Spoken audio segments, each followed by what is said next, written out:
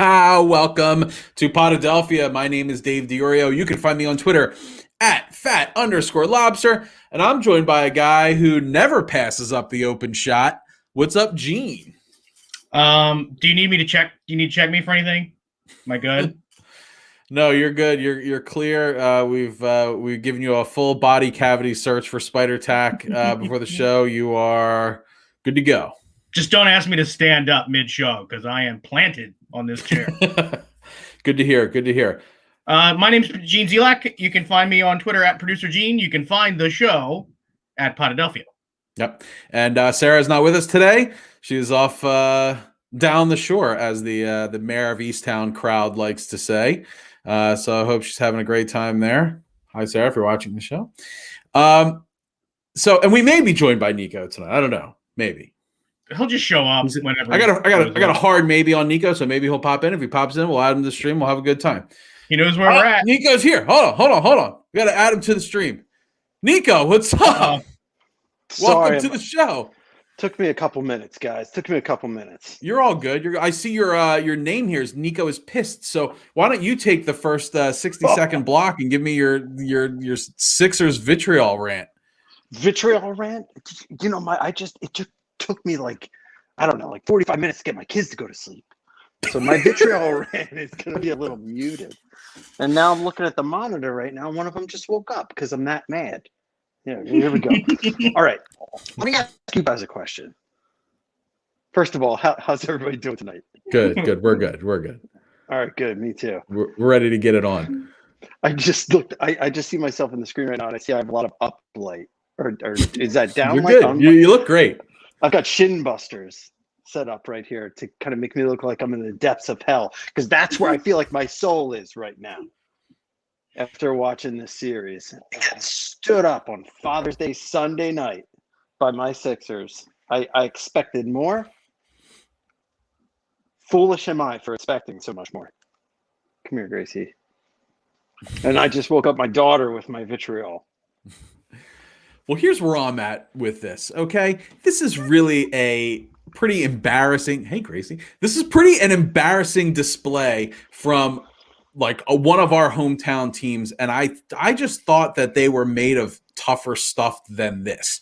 To give up these leads in games 4 and 5, epic collapses, one of them, and then go on the road and actually show a little heart and come out with the win to force a game 7, to come home and lose that game 7 in really an uninspiring way is completely unacceptable to me. And it's not a Philadelphia team that I would expect out of a Philadelphia team. Where's the we're from Philadelphia and we fight?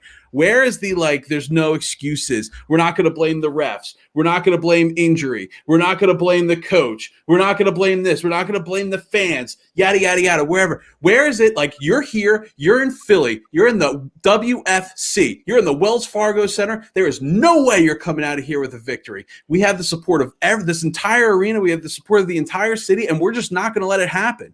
And we're just not going to ruin a Father's Day for everybody in the Delaware Valley. I mean, where is that? Where's the Ben Simmons with the snort emoji that we would get before every game? What is this team? This team is what is this? This is soft. Clearly, that Ben Simmons blew his load in Salt Lake City. What was that? 6 weeks ago? We got one good game out of Ben Simmons, and then the rest of the time, this is what we're dealing with. I'm gonna go put my daughter back to sleep right now. All right. Take 2 more minutes. So here's my. We'll see Nico in a bit. Here's my take, and I have been known to sort of come to Ben Simmons' defense. I've got nothing to defend now. I mean, we all saw what happened. We saw that he couldn't make free throws. That basically you could, in the last 2 series, Washington and Atlanta, if it's late in the game, if you want to keep the Sixers from getting 2 points, you just foul Ben, and you're going to be guaranteed to not get 2 points. You're going to be trading 2 for 1, or in some cases 2 for none. And I don't really even want to say that he's the entire problem. I think what they should have done before they went out for this game 7 is watch the last 3 minutes of that Game 7 in Toronto and try and find some way to prevent that sort of, like, to remind themselves that they've come a long way and that this was their chance to really show that they are not just a team that's on the rise, but a team that has arrived. And I think that that's where I was most disappointed, is because I really believed, because it's been 3 years really of saying that this is a team that's on the rise. And I felt like this was the year that they were going to show that they were a team that was here. Well, let me to not get any further than the Brett Brown Sixers, which is really maybe the meanest thing I can say about this team right now. To not get any further than the Brett Brown Sixers is a major, major failure across the board. Yeah, it's funny you bring up the Raptors Game 7, because I feel like if I were Embiid, and I believe that Embiid does feel this way, it's a completely different reaction after this game than it was after Game 7. Like, I get that after Game 7 against the Raptors, he was crushed. That was like a highly emotional loss. This one seems more anger to me. And I mean, I'm fine with it because I'm right there with you, big fella. But I figure we could do this show in a series of quotes from the players and the coaches and the media and kind of tell the story that way through their quotes. And then we could sort of just react to it. And I would love to hear what the audience has to say in the comments to some of these quotes as well. So let's start it off with Embiid. Immediately after the game, Embiid says, "I'll be honest, I thought the turning point was when we had an open shot and we made one free throw and missed the other, and they came down and scored. From there, it's on me. I turned the ball over and tried to make something happen from the perimeter, but I thought that was the turning point." I mean, obviously throwing a ton of shade at Ben Simmons in this quote immediately after the game. This is not like we got each other's back kind of quote here. So is that a symptomatic issue of something that's like kind of broken within the team? Is he just like calling it like it is? Like where are we at with this quote? Thankfully, I think Embiid is calling it like it is. And with him calling it like it is, taking that assertive leadership role that everybody on the Sixers expects him or hopes that he would be able to take. You know what I mean? Embiid is the leader of this team. There was a while where it was debated that it was, maybe it's Ben Simmons, maybe it's Joel Embiid, maybe it's both of them, maybe they're the two-headed monster that like everybody hopes that they're going to become. 4 years later, clearly they're not, But I love the fact that Embiid said that because it holds Ben Simmons passively accountable for what we all know what that quote means, giving up that shot, which then led to only one foul shot instead of two made. And, the rest is history. So I love the fact that he said that. I definitely think it holds Ben accountable indirectly and directly because we as educated Philly sports fans know what he was talking about, and it asserts him as a leader. And it's, I actually think that the entire country now is holding Ben Simmons accountable because I think before this series, Ben Simmons not shooting was kind of like a local punchline in some ways. Like I wouldn't turn on ESPN and hear like First Take or Get Up or whatever talking about Ben Simmons shooting, right? That was kind of just like our sports talk radio thing. Everyone call and complain about Ben Simmons shooting and then we would debate. But right now I feel like the nation is like a galvanized force saying like, okay, what the hell is wrong with Ben Simmons? Not only is he not, it's like, because it started as like, hey, shoot threes. Okay, you're not going to do that. Fine. And then it was like, well, hey, can you take a shot from the elbow every once in a while? And now it's like, dude, you're like by yourself under the basket. Shoot. Like, can you just like even shoot? You're 6 foot goddamn 10. Oh, I'm scared that they're going to foul me and I'm going to have to go to the foul line. Are you kidding? And you think it's like an image thing? Like, I don't want to do the things that I may not be great at. You are great at dunking the ball.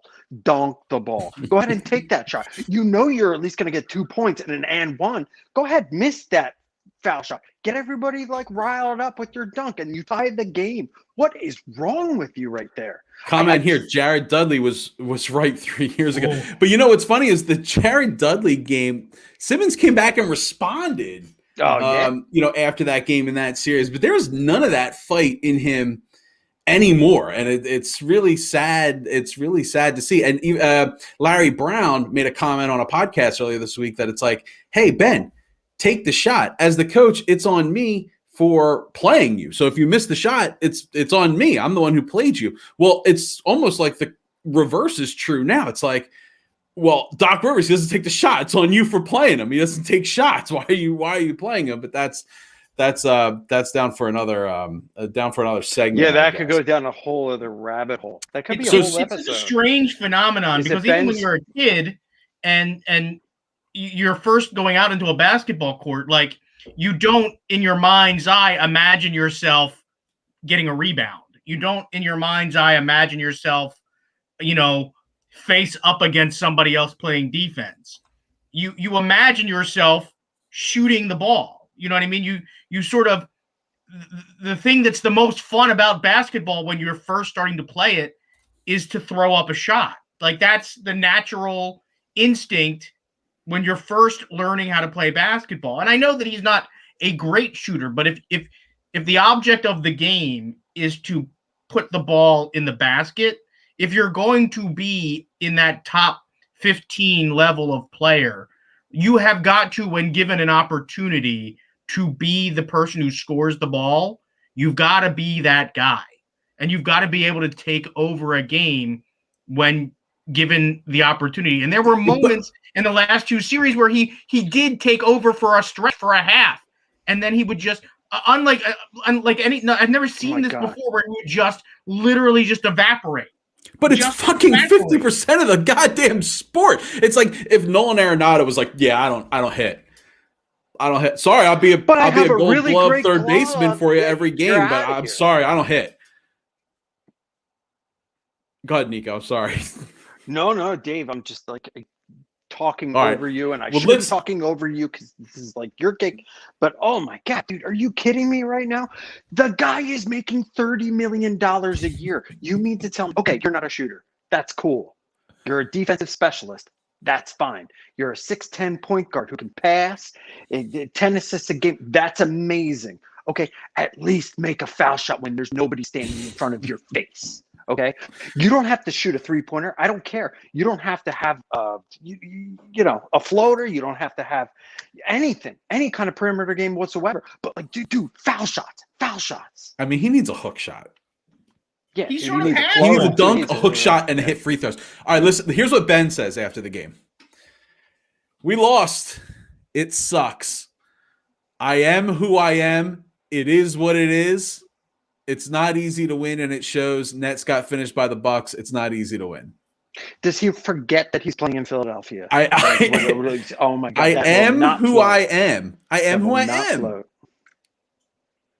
I am what I am, and that's all that I am.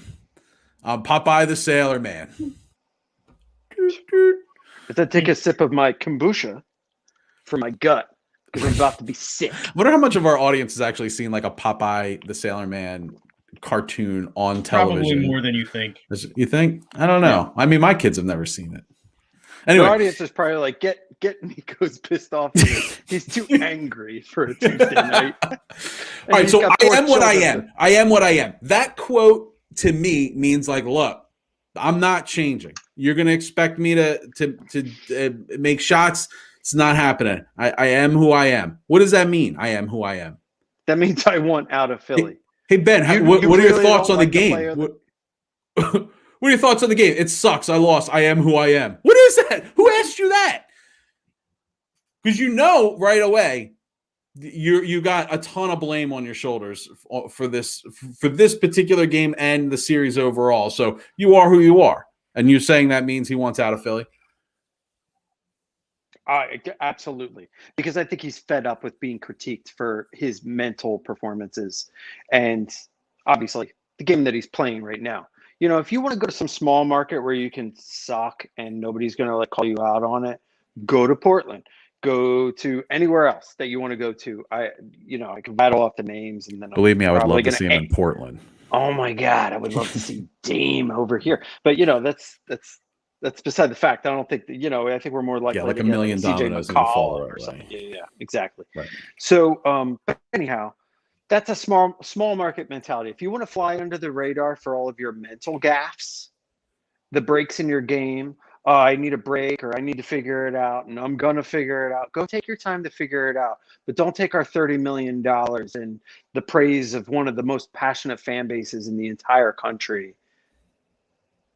Like, don't get out of Philly. This is not your place. If As you need the time spotlight mentally to take your $30 million check per year and cash it, but still try to figure yourself out as a player, 4 years into the league, dude, you're a 3-time All-Star, 2-time NBA Defensive Player of the Year finalist, and you still need time to figure out this aspect of your game, dude. You need to get out of here because this is not the environment for you. Too much pressure. Look, don't get me wrong. You put me on a stripe in an NBA playoff game where I got to make them baskets and they're fouling me to intentionally get me to the line. I'm not making any of those shots.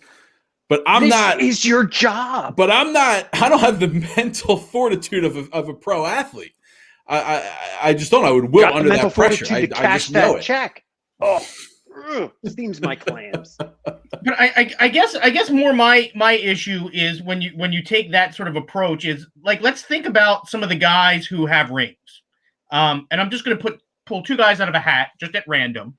Michael Jordan and LeBron James. Okay. And if either one of those guys was on a team and it was clear to either one of those guys that the reason that they weren't winning was something that was wrong with their game, I think that both of those gentlemen would spend the offseason trying to put as much putty and plaster on that part of their game so that when they came back next year, they were not going to be a liability in a particular part of their game. Because 100%. ultimately what's more important than I am who I am is I won where I won. Did you guys see the quote from Kobe Bryant that was floating around the internet this week? This a new quote? No, it's not a new. This is not a. This is not like a from the grave situation. But Kobe in 2019 said, this is not like a Tupac like release. Kobe would have a field day with Ben Simmons. So Kobe in 2019 said he's got to get a jump shot. It sounds stupid and all that, but I'm dead fucking serious because if not, he will regret it when his career is over. And like you don't always just get a million chances at this thing. Like you don't always get to play the Wizards and the Hawks to get to the Eastern Conference Finals at home, against to play in a championship that doesn't involve like one of the 2 or 3 greatest players that has ever played the game.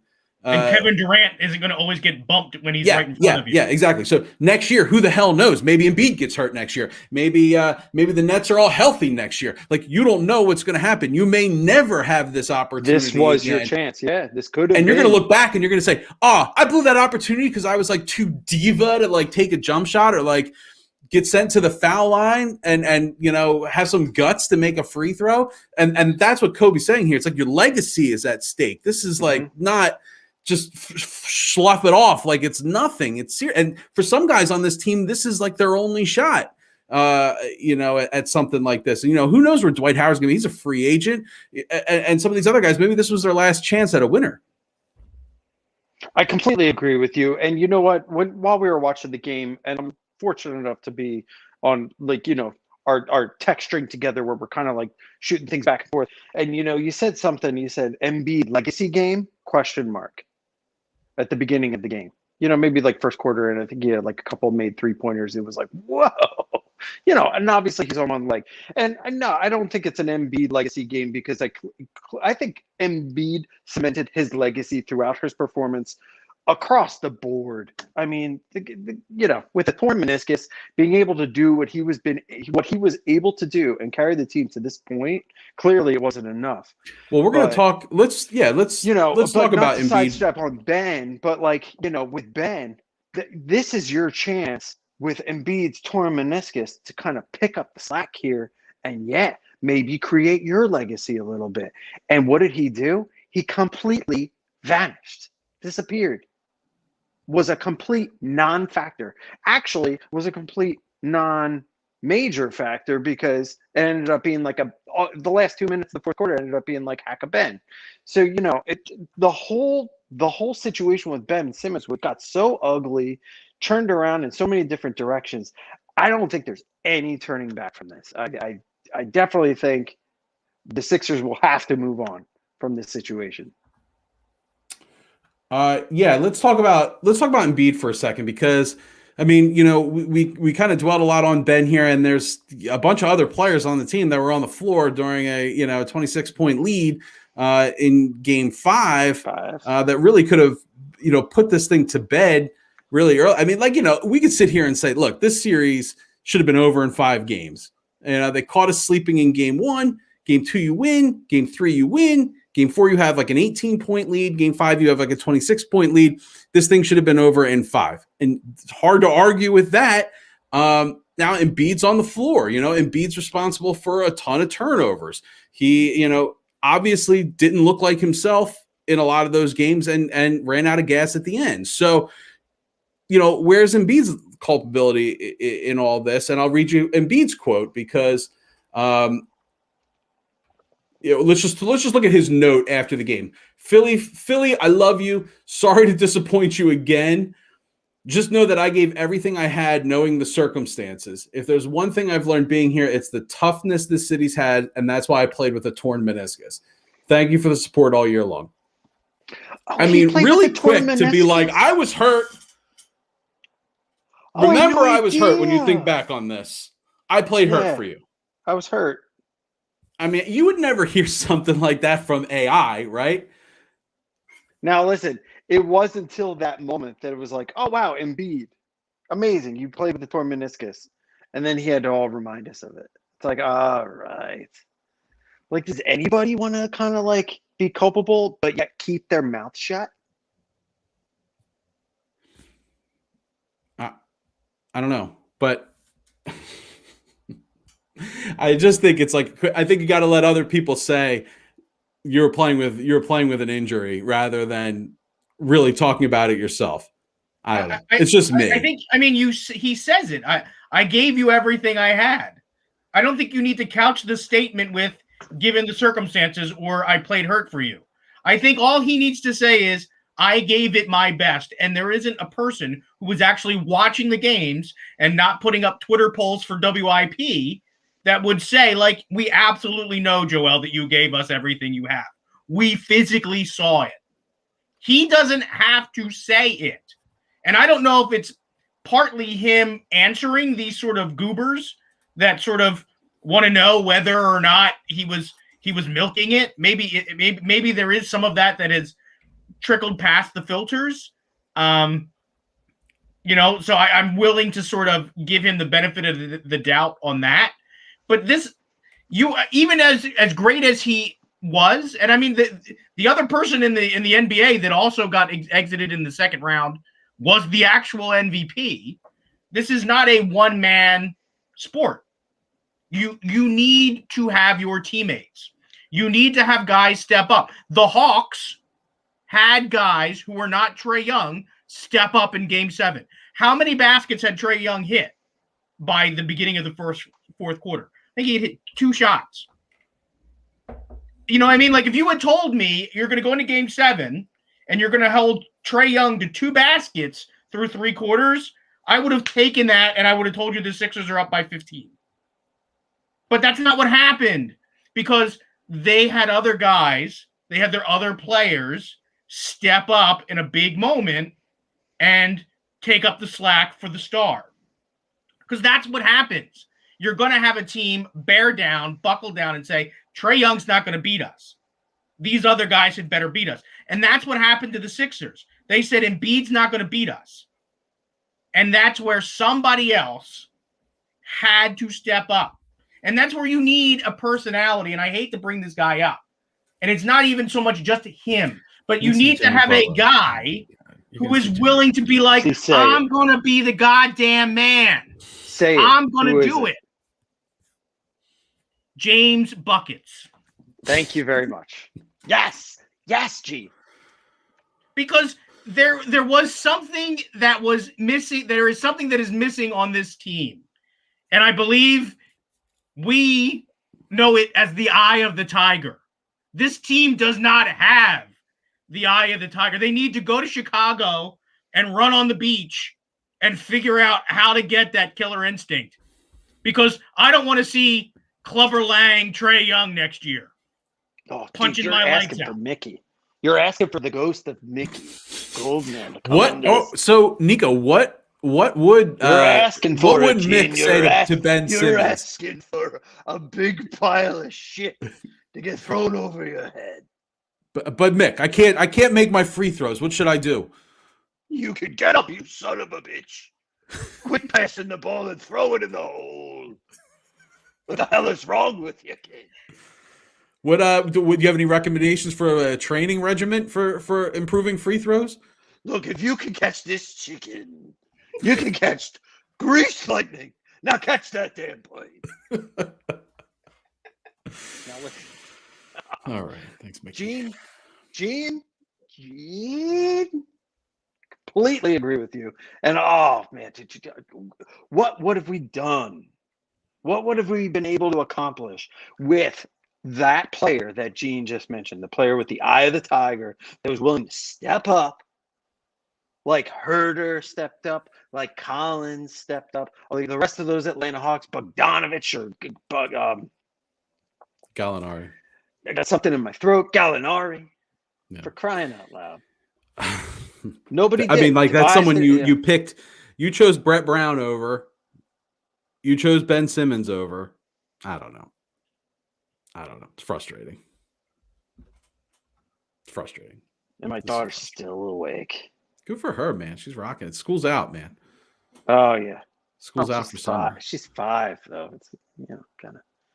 Kindergarten's over, man. Party's over. All right, let's get back to some more quotes. Where do we go from here? How about this one? This one was funny because I was driving around the other day. I heard Doc Rivers' press conference. I think it was the day after. Was it the day after? It might have been 2 days after. He was asked the realities of the situation is there's a lot of expectations that you inherited from years before you got here. I'm just wondering how you weigh all of that and absorb all of that based on what fans expect over the course of the year. So Doc Rivers says, see, but I don't know what the expectations were outside. What, did you have an expectation that after losing the first round that we were going to win a title the next year? I don't know what that is, but I had expectations, so I really don't care what anyone else is. You better care. Aren't we the people that are paying your salary? Now, look, I don't know if Doc Rivers is a good coach or not, but I do know that Doc Rivers thinks you're an idiot. Because to sit there and say, okay, we're going to look at it as a Sixers fan, I'm going to look at my progression of my team based off of a bubble sweep. Like, oh my gosh, how could we ever win a title? We just lost in the first round in the bubble last year. I mean, how do you not have title expectations? Like, you have to be you have to think we're morons to accept that quote. But then he goes on to say, I wanted to win a title. I put that expectation out there on purpose and on our team. We set the bar high. Well, what is that? You just said it would be ridiculous for me to have that expectation after getting swept in the bubble of winning a title, but you're setting that expectation on the team. So you honestly do think we're idiots. He backtracks on everything he says regarding Ben Simmons, there's no culpability. There's no ownership for any of this stuff. I mean, for a guy that runs a 10-man rotation in a game 7 in the NBA playoffs, there's not a lot of like culpability in his post-game comments.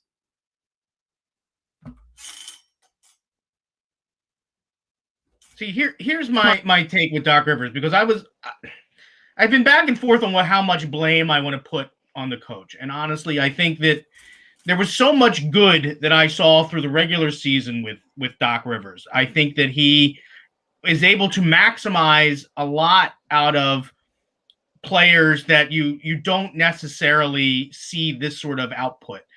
Clearly, Tobias Harris is a different player in in Doc's offense than he was with Brett Brown's. I think that Doc Rivers is a much better player with talented young players like Maxey. I think that you got a lot more production out of him than you would have gotten out of Brett Brown. I didn't love how he handled most of this Atlanta series. I think that either he either outthought himself or he just never was able to figure out the adjustments in this series. And I don't know if it was because he kept trying to think like, if I just tweak this one thing, I can get past this Embiid issue. And I think he needed to just be like, look, this is what I've got. This is what works the best. This is what I'm going to do. I don't want to say that the guys quit on him either. It certainly gives you the impression that it looked like they never really recovered from those losses in the middle of the series. Once they found themselves human, they sort of lost their confidence. And that, I don't know why, that is the thing I will fault Doc Rivers on, is after a loss like you take in Game 5, you have got to find a way to get those guys to reset mentally and absolutely try and find a way to give them their edge back. And if that means that you've got to go to a smaller bench and use some characters that you may not. That's what it means. Did you watch Game 7? Did you watch Game 7 of the Nets Bucks? Yeah, I did. I mean, goddamn, Durant played the whole game. Harden played 47 minutes. Like, why can't Tobias Harris play 47 minutes? Why am I looking at like George Hill and Korkmaz and Shake Milton? I mean, 10 guys. Well, and played in that Game 7. Call it hubris, but I think that he honestly believed that he was fighting another day, like going to live to fight another day. That he was trying to spare, the legs of these guys. That he didn't want to burn them out. You can't do that in a Game 7. There's no. Please don't tell me that was the reason. Because you can't do it in a Game 5 in a game that you give up 30 points. A 30-point lead. But I mean, like, what else makes sense? Why else would you go in with that rotation in a Game 7 unless you really honestly believe that you don't want to burn people out? I don't know. But unless Furkan Korkmaz is drilling threes, he can't be on the court. Agreed. I mean, he gets in there in sweatpants on Game 7. You're not moving. You're staying on the bench.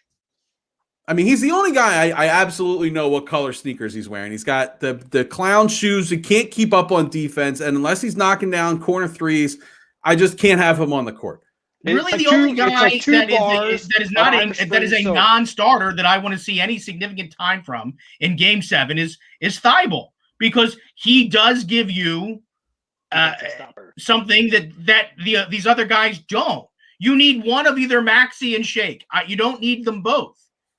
You figure out which one has got it that night, and that's the guy you rock with. And I don't understand why maybe you didn't say to Ben Simmons, like, you're on a real short leash, buddy, because Maxey showed me that he can get points here in Game 6. So you better be edging yourself to a triple double early, because I got a guy that's going to create offense. Did you guys just see that plug right there? I don't think any one of our players could play 45 minutes except Ben Simmons. I don't think our players, except for Ben, can play 45 minutes. Well, maybe because he's not doing anything on offense, relaxing. Yeah.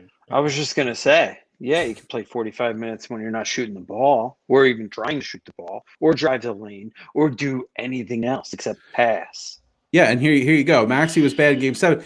Yeah, well, and that's part of the issue is, and where Daryl Morey needs to take some of the blame here.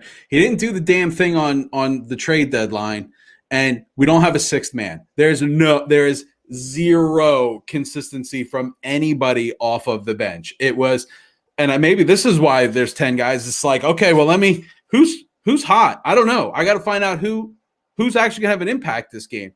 I hit that other day on Milton. I hit on this game on Maxey. Who is there anybody on this bench that could possibly bail out this team one way or another. And it's just, there's just no reliability at all on the bench whatsoever. They're either too young, too old, too slow, too bad defensively, too inconsistent with shooting. And there's just no, I felt like the Hawks did have people to turn to on the bench that could knock down shots or make a play. Do you think that not having Danny Green really hurt? Ruined? Yeah, of course it hurt. Yeah, definitely. I think he balanced everything out. Do you think not being able to pull the trigger and make the Kyle Lowry trade happen?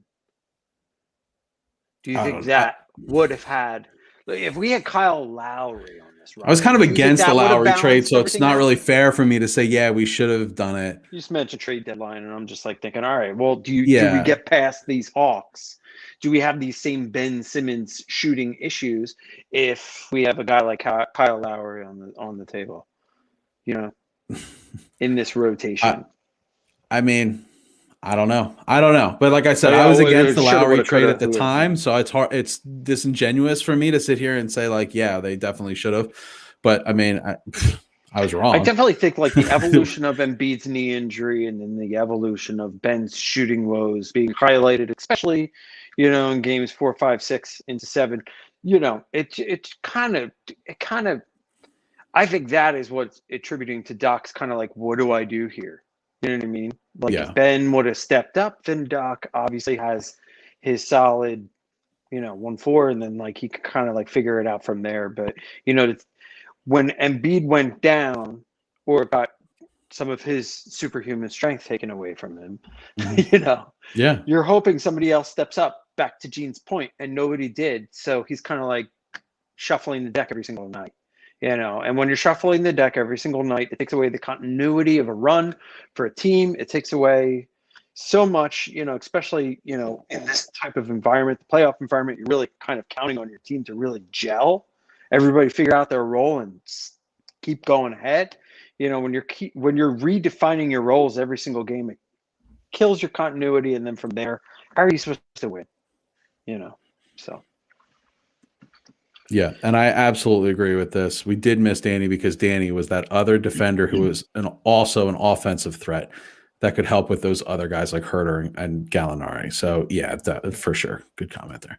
All right, let's move on to another quote. Let's talk about officiating because it's such a huge part of this series. It's such a huge part of the NBA these days. Let's go to an Embiid quote on officiating. There's a lot of stuff that went wrong.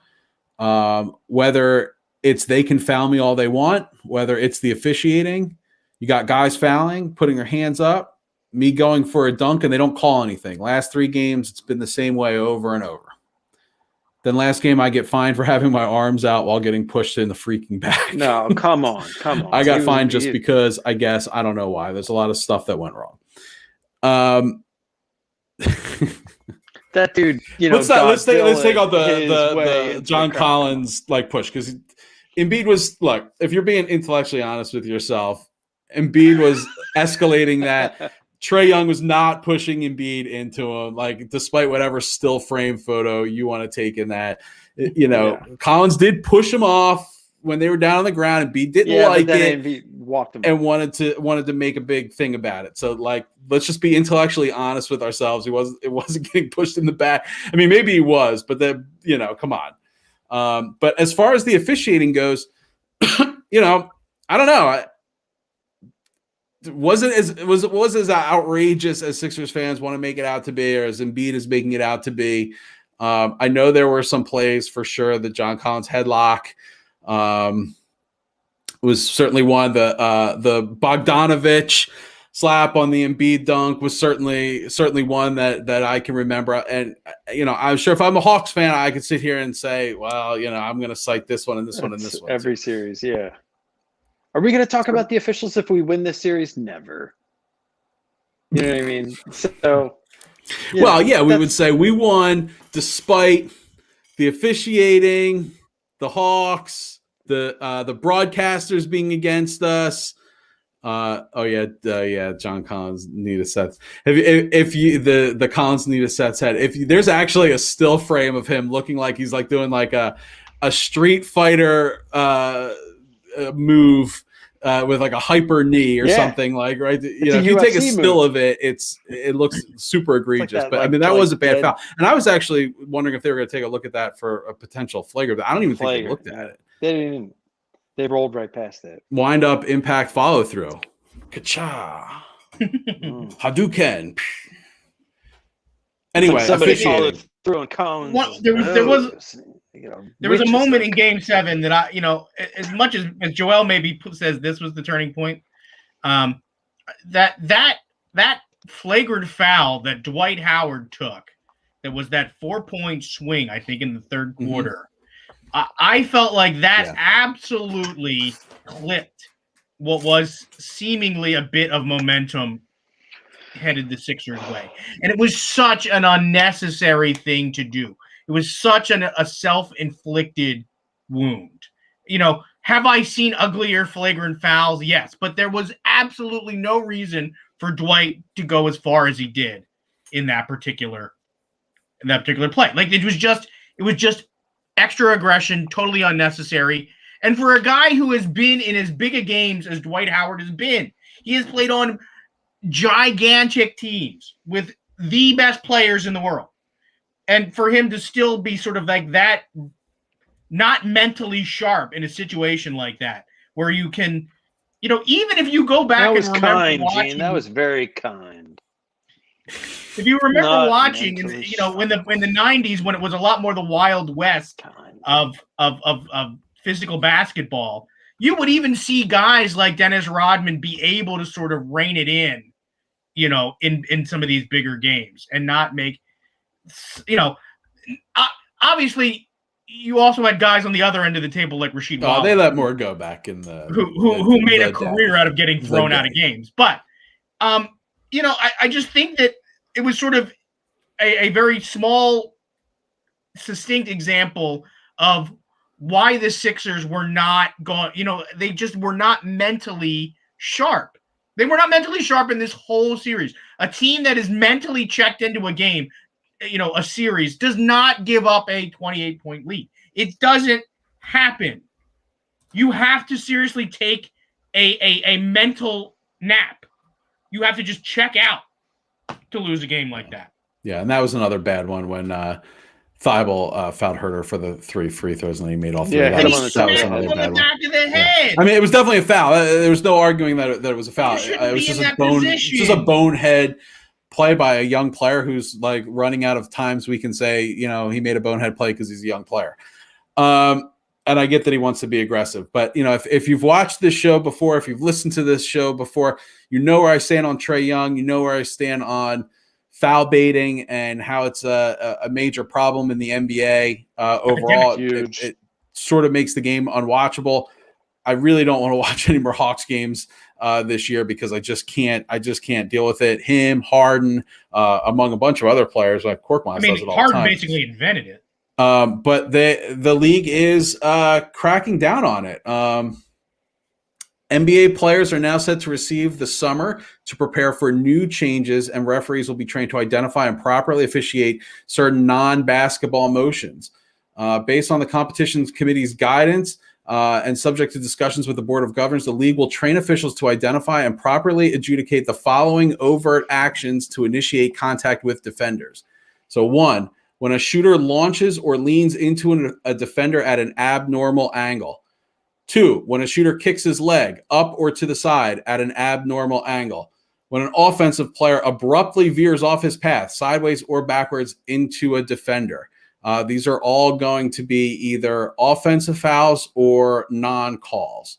So the way this is going to be is if the defender initiates contact after the offensive player starts his upward shooting motion, a shooting foul will be called just as normal. So it's either going to be, if it's marginal, it's going to be a no call. If it's egregious or I don't know what they're calling it,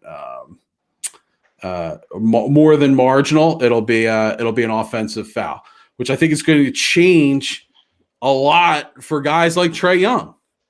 I mean, half of the reason that he gets the shots that he gets is because people are afraid of fouling him.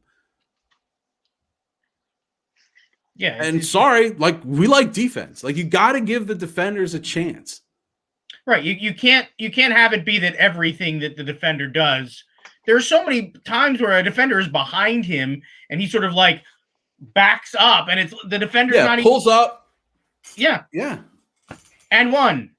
It's so frustrating when you see what should be fundamentally sound defense get called for fouls. And you can see how frustrated the defender, these guys get. And then that's when you sort of see these. If I'm going to take a foul anyway, I might as well, make sure he definitely doesn't get that basket. Yeah, but I honestly think this rule change, if it's officiated properly, will be a great advancement for the league. I mean, I just can't say, like, it's like garbage ball to me, some of this stuff. But I think NBA fans overall, it's like your team never fouls. Your team always gets fouled. I almost can't stand NBA Twitter because it's like so insane with the crybaby stuff and the players too. I mean, how many times did Trae Young get a T in this series for crying about a foul or a lack of a call? Oh my God. I feel like I'm starting to watch World Cup soccer with the way that everybody's complaining and crying, pretending, all the flopping going on, all the oh, I got poked in the eye. You didn't even get touched in the eye. You know what I mean? Like all this crazy stuff. It's really getting ridiculous and it's getting pretty annoying to watch. Like you, Dave, it's getting unwatchable. Like all of this, like foul baiting. It's so frustrating. Oh, I thought you meant I am unwatchable. No, you're very watchable. In fact, I was just going to comment. You look like you have a glow, like an Aruba, kind of like tan going on here. Looks amazing. I was at the pool this weekend, man. Give me a break. You were at the pool. You look great. I was at the pool. Yeah. All right. What else? Guys, I got to go. See you, Nico. Thanks for joining us, bud. I love you guys. We'll see you again soon, Keep up the great work. All right. Bye. Hey, Gene, you want to talk a little bit about free agency to bring this show to a close? Let's do it. I'd rather do that than talk about previewing the Bucks and Atlanta Hawks series. Jesus. No, we're not doing that. You gonna watch that game tomorrow night? I may pop it on late. I don't know. Yeah. All right.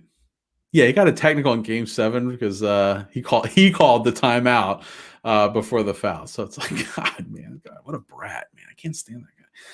Anyway, Bucks in 3, right? Am I right? Bucks in 3. Bucks in 4. Yep, that's the train I'm on. Suns in 4. Suns in 4 guy. You see Suns in 4 guy?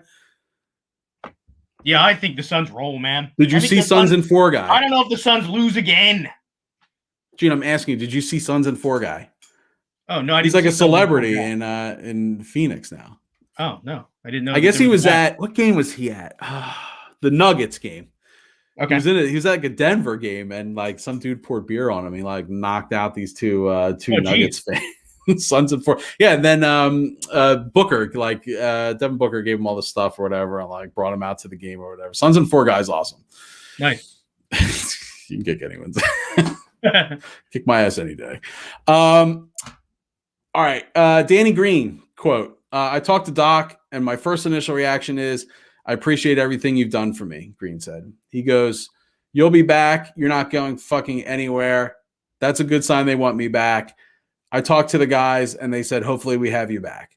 So clearly Doc Rivers, at least when he's talking to Danny Green, wants Danny Green back on the team next year. I have nothing really bad to say about Danny Green. I thought he was a good addition. I thought he was as advertised. I think he adds sort of that player coach aspect to the team. I think he's a guy that's got championship experience. He's won championships on more than one team, which basketball teams are small. So you don't win a championship on more than on 2 different teams unless you're able to contribute in some way, whether it's mentally, physically. Well, he won it on 3 teams. Probably in all those guys.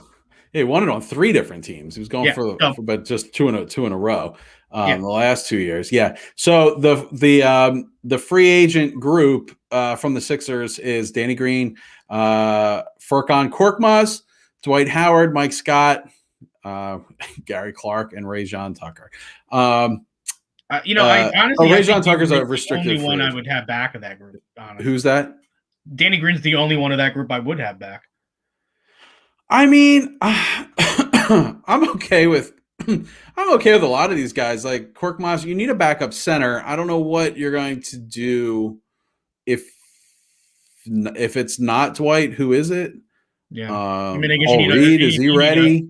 a version of Dwight. Yeah, I guess. Yeah, I don't know. I mean, like these guys are okay in the regular season. I just don't need to see them so much in like critical playoff games. Right. And Dwight Howard needs to like understand what he can do and cannot do because That's he my made a lot of frustration with Dwight, costly is when bonehead Dwight plays. plays within his lane, you get a lot of very positive minutes from Dwight. It's when he starts to veer off and do things that he's not good at that you sort of have these mental lapses. You have these he's just not he's not 26 anymore. You know what I mean? Like, Dwight, come and do the job you need to do. Don't cause damage.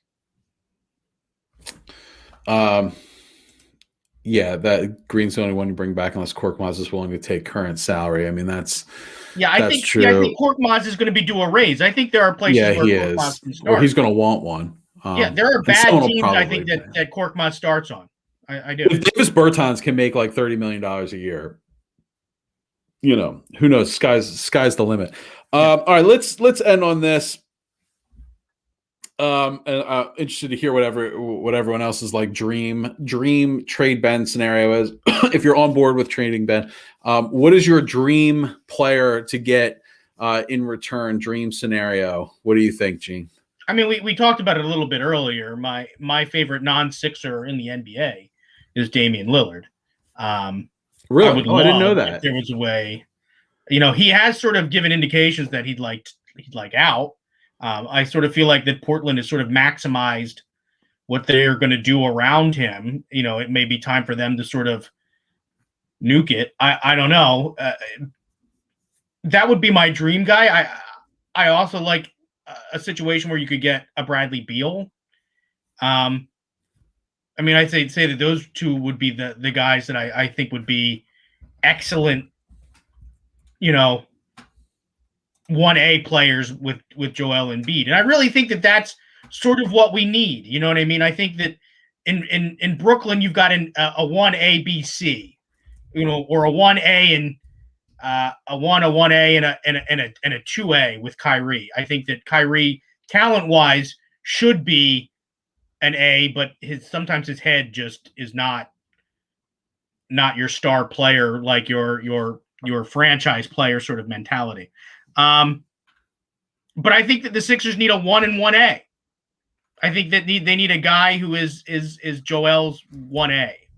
And I don't think we have him yet. I don't think that we need a three-headed snake. I like the way that Tobias Harris played this year. I like him as your third guy. I think that he had some really good games in the playoffs. I think he can be. I think what he gives you is pretty consistent. I think his personality sort of meshes with the idea that there could be two other stars. I think that he's sort of not looking to overtake the spotlight from Joel Embiid. I think clearly Joel Embiid has established that this is his team. But I don't know that at this point the relationship between Ben and Joel, this is something I wanted to sort of say earlier. When Joel is saying that he sees that Ben passing up that dunk as a turning point and sort of calling him out that way, there was some, I think I saw one of the comments where it sort of said like, that's a conversation you can have in private or should have in private. My take is this, because Joel and Ben have played together for a long time. They've had that conversation in private, probably more times than Joel is willing to have. And at this point, he's like, I don't know why he's passing up shots like that. What am I supposed to do? He's now beyond trying to make it look like they're gelled and that they're super tight. They aren't. We all know that they aren't. We all know that they're not best friends. They don't have to be, but it's beginning to look like there isn't anybody that can make those two pieces slide together in a way that gets us out of the second round. Yeah, just got some names pouring in here. I also saw on Twitter today something about Greg Popovich said he would trade anyone to get Ben Simmons. Okay. Well, if Pop thinks that he can convince Ben to shoot, then I'll drive him to San Antonio. I don't know. I don't know how else. I mean, that's what happens is the Sixers trade Ben Simmons and Ben Simmons wins an MVP in the Western Conference. Like, that's just life as a Philadelphia fan. But I don't know what else. There is such a thing as a good trade for both teams. Right. And I mean, I'm not one of these guys. Like, for example, if Carson Wentz wins the Super Bowl with the Colts, I'm not going to be sitting here like going like, oh my God, we never should have traded him, because we absolutely should have. It just wasn't working here. And if it doesn't work here for Ben Simmons and it does work somewhere else, that's great. Good for him. Good for that team. Good for our team, because hopefully we got something of value in return, because it just wasn't going to work here. The only way I would really kind of be super salty about it is if we were playing that team in the championship, right. But like, it is what it is. I am who I am. It is what it is. Not to harp on Carson Wentz, but I'll tell you, I'm going to be a pretty big Indianapolis Colts fan, because we really do want that pick to commute. Sure. You know what I mean? You just want them to play. I don't really care how many wins they get or not. Right. But I don't wish bad on any of these guys. I heard some chatter about potentially Zach LaVine. I think that would be an interesting mix. I don't know how that fits in with Seth. I don't know, but whatever. I think that would be interesting. You mentioned the other big names that I think some people were talking about. All right. Any boy, I can't believe it's been an hour already, Gene. Any other final Sixers thoughts, or any other final thoughts on the post? Because I don't know, man. We're gonna be like left alone in the house with the Phillies for like 8 weeks. 10 weeks now. And we're coming up on the All-Star break, which is going to be a really fun week. Well, we're always up to some shenanigans. My final thought on the Sixers Hawks series is how is this fool John Collins get a T-shirt made? He gets a T-shirt made of his offensive foul, dunking on a man who has a torn meniscus and an injury, wearing sunglasses, like he's at the World Poker Tour at this post game. This dude is gonna look like he's the Raptor man. I don't know, man. Like I'm always like, we've talked about this on the show before. Like, do you want the team that beat you to lose or win it all? And I've never been, and I fluctuate sometimes. Sometimes I go like, okay, well, now I want them to win the whole thing if they beat us. But I've never wanted a team just to get like smacked down and put in its place more than the Atlanta Hawks. I didn't like the Hawks before. They have given me, if there's anything to take away from this, that's, I don't know if you call it a positive, but I do love to hate stuff. So yes, you do. There's like 3 guys now on the Atlanta Hawks that I just hate. I didn't like Trae Young before. I hate him now. Yeah. I hate most of the all those guys standing around in the front row. I do not want to see that in the NBA Finals. Like, that is no bueno. That is the stupidest thing I've ever seen in an arena in my life. I just don't. John Collins, it's Trae is always at the top for the hate the Hawks. And then it's now John Collins is at number 2 for me. Or John Collins is like that Matthew Barnaby kind of type. Like, you just, well, God, it's like, who are you? And you shouldn't even be here. Why are you here? I don't like Herter. I know I'm being a baby about it now. I'm kind of being a baby about it. That team is I cannot wait for the Greek Freak to just bury them. Yeah, well, I mean, maybe that'll drive me to watch tomorrow night. It's hate watching. We're hate watching the Hawks. Hate watch the Hawks. All right, that's it. That might be the show title. Hate watch the Hawks. Hate watch the Hawks. All right, we'll be back next Tuesday. Maybe we'll give some hate the Hawks updates, but we're gonna have a lot more baseball talk. I think next week. Yeah. We, I mean, thankfully, in probably about 3 or 4 weeks, we could seriously start talking about training camp. So that could be our saving grace. Yeah. That maybe summer league basketball. Oh, the lotteries tonight. Do we know who? I didn't look that up. Was that tonight? It's fun. It's funny that Sixers fans are like not really worried about the NBA draft lottery. Yeah, that used to be our thing. But yeah, so we'll be talking about the NBA draft, the Sixers training camp. Reese just went yard. Phillies are only down by 1 now in the 8th, so we'll help you talk some Phillies. Hey. So if you haven't done so already, please remember to rate, review, and subscribe to the show on iTunes or wherever you get your podcasts. Also, check us out on social media, Facebook, Twitter, and Instagram. Just search Podadelphia. If you have any more time in your podcast listening day, be sure to check out the Whip Around for all the week's weird news. And also check out the Painted Lines on YouTube for wall-to-wall Philly sports coverage and entertainment. They got you all covered there. And we'll see you next Tuesday. And until then, have a great day at work, everybody. We are out of here.